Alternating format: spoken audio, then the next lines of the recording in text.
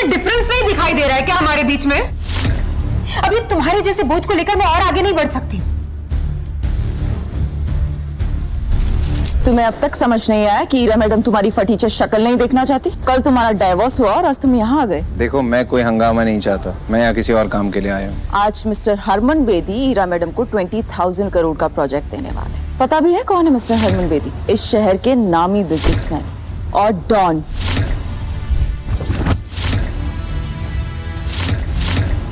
ओह, तो तुमने इसलिए मुझे डिवोर्स दिया था क्योंकि तुम युवराज के साथ इश्क लड़ा रही थी। तेरी इतनी औकात कि तू यहाँ तक आ गया। चल अब आ ही गया है तो चुपचाप खाना खा और निकल यहाँ से। वो क्या है ना, थोड़ी देर में मिस्टर हरमन हमें एक बहुत ही खास मेहमान से मिलवाने वाले हैं, तो अगर ऐसी खुशी के मौके पर तू यहाँ होगा तो नजर लग जाएगी ना।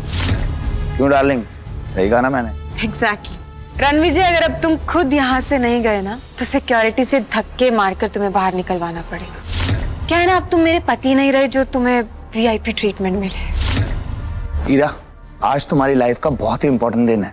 आज 20,000 करोड़ का प्रोजेक्ट मुझे मिलेगा। रणविजय से डिवोर्स लेना मेरी लाइफ का बेस्ट डिसीजन होगा। How dare you sit on that chair? हाँ, तुम जानते हो वो किसकी चेयर है? मिस्टर हरमन बेदी की। उठो वहां से। वो कुर्सी हरमन बेदी सर के लिए है। तेरे जैसा आदमी उस चेयर पर बैठे हुए ऐसे लग रहा है जैसे राजगद्दी पर कोई बंदर बैठा हुआ है। तो कहावत सुनिए, हाथी चलता है और कुत्ते भौंकते हैं। क्या तुम्हें पता है तुम्हारे हरमन को मैं जर्मन शेपर्ड बना के जमीन पे बैठा सकता हूँ? बेटा तू जिंदा नहीं बचेगा, तेरे लाश के तो टुकड़े भी नहीं मिलेंगे। ये पार्टी उन लोगों से भरी है जिन्होंने पैसा तो कमा लिया लेकिन इंसानियत नहीं कमा पाए। पैसा कमाना आसान है लेकिन इंसानियत नियत से कमाई जाती है, और तुम लोगों की नियत सबके सामने है। तू भांग खा के आया कमीने? क्या नशे में क्या बकवास कर रहा है? अगर तुम लोगों को पता चलेगा कि रणविजय सर कौन है, तुम्हारे पैरों के नीचे से जमीन खिसक जाएगी, समझे? What?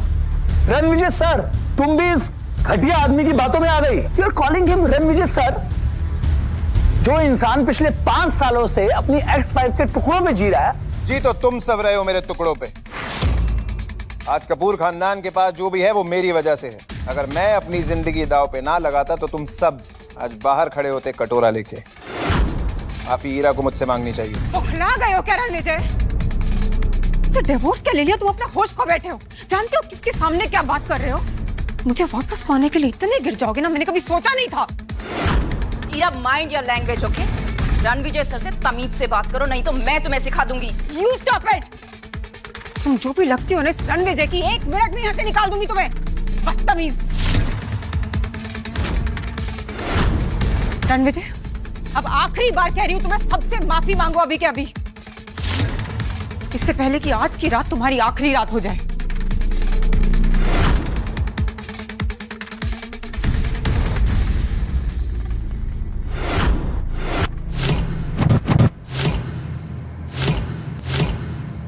हेलो हरमन साहब, मैं युवराज सेठी, सेठी ग्रुप के सीईओ बलराज सेठी का बेटा। बलराज तो समझदार है, तुम उसके बेटे होते हुए इतने बेवकूफ कैसे निकले? Welcome welcome mister Bedi. क्या शानदार पार्टी आपने थ्रो की है, मतलब एवरीथिंग इज सो परफेक्ट। सिर्फ यहाँ पर एक मच्छर घुसा है और वो मच्छर मरने के लिए छटपटा रहा है। बस कुछ ही पलों की बात है, उसके बाद हम इस मच्छर को यूं मसल देंगे। अब हरमन सर, मेरे डैड आपके साथ क्यों नहीं आए? तुझे अपने बाप के बिजनेस का मजाक उड़ाने में मजा आता है ना? सर, मैं और डैड तो आपके लिए इतने सालों से काम कर रहे हैं। बड़ा तीसमार खां समझता है तू अपने आप को, है? मुझे तुम्हारे जैसे जाहिल से बात करने का कोई शौक नहीं है। सर, आपको मेरे बारे में जरूर बहुत बड़ी गलतफहमी हुई है। सर, तमाशा मैं नहीं कर रहा हूं सर, तमाशा तो ये कर रहा है। जानते हैं कौन है ये 2 कौड़ी का इंसान, कपूर का एक्स दामाद। सर, पिछले 5 सालों से ईरा के टुकड़ों पे पल रहा था सर ये। आज इसकी मौत इसे आपके सामने लेकर आई है ना हरमन सर? हरमन सर, ये सड़क छाप बेशर्मों की तरह इस एलीट इवेंट में घुसाया। और तो और साउथ दिल्ली के 3 सबसे बड़े बिजनेस ग्रुप्स को इसने इंसल्ट किया। सर यहां तक कि आपके लिए रखी ये वीआईपी सीट पर जा बैठा। जेब में अठन्नी नहीं और हेकड़ी ऐसी जैसे कहीं का कोई राजा हो। आज तो इसकी हेकड़ी का तेल भी निकलेगा और जनाजा भी।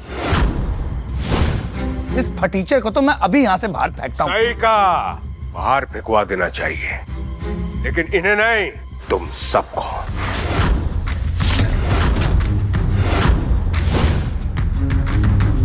Harman, good one. कौन सा नशा करके बैठे हो तुम रणविजय? इस तरीके से नाम लोगे मिस्टर हरमन का अपनी जुबान से? मैम आप उस लूजर के पट्टे में टांग क्यों उड़ा रहे हो? आप इससे दूर ही रहो, इसे जो करना करने दो आप।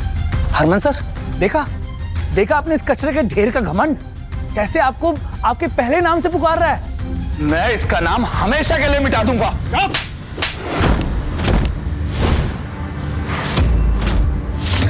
सरपंच जी, आपने युवराज को थप्पड़ क्यों मारा? ईरा मैम जल्दी यहाँ से निकलते हैं, वरना रणविजय का गुस्सा बेदी सर आप पे ना निकाल दे। उसने खुद ब खुद अपनी मौत को बुलावा दिया। हम इस पे कुछ नहीं कर सकते।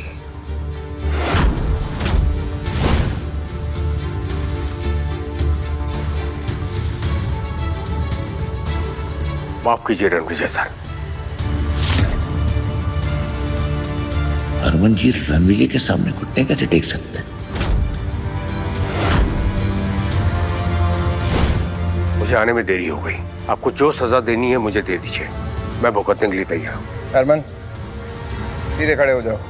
हरमन, अगर तुम पहले आ जाते तो मैं ये ना देख पाता कि तुम्हारी परछाई में यहाँ लोग कितने घमंडी होते जा रहे हैं। जिन लोगों की औकात प्याज टमाटर की रेडी चलाने की है, उन्हें तुमने पूरा बिजनेस सौंप रखा है दिल्ली का।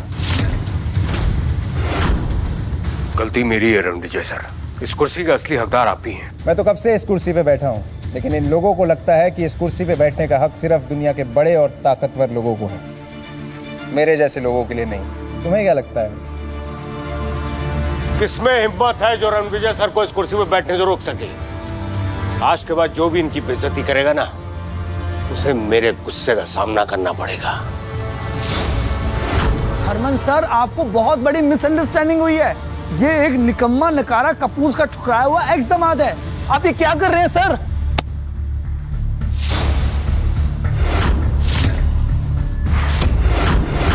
डैड, आपने मुझे धक्का क्यों मारा? तू जैसा नालायक और नकारा इंसान ना मेरा बेटा हो सकता है और ना ही सेठी ग्रुप का हिस्सा। तूने मेरी 30 साल की मेहनत को मिट्टी में मिला दिया। मिस्टर सेठी, ये क्या कर रहे हैं आप इस रणविजय के लिए युवराज को गुस्सा कर रहे हैं? ये मेरा एक्स हस्बैंड है मिस्टर सेठी, और मैं इसकी रग रग से वाकिफ हूँ। डैड, इस पालतू और फालतू आदमी के लिए आपने मुझे धक्का मारा। आज मेरा अपना खून मेरी विरासत के लिए खतरा बन गया है।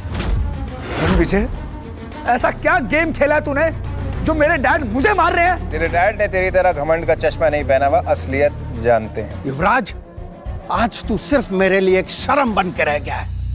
मैं तुझे अभी इसी वक्त सेठी ग्रुप से बेदखल करता हूं। ले जाओ उसे और मुंह बंद कर दो इसका। डैड प्लीज, आप ये क्या बोल रहे हैं? डैड, आखिर कौन है ये आदमी जिसकी वजह से आप मुझे अपने बेटे को बेदखल कर रहे हैं? डैड, मेरी बात सुनिए। डैड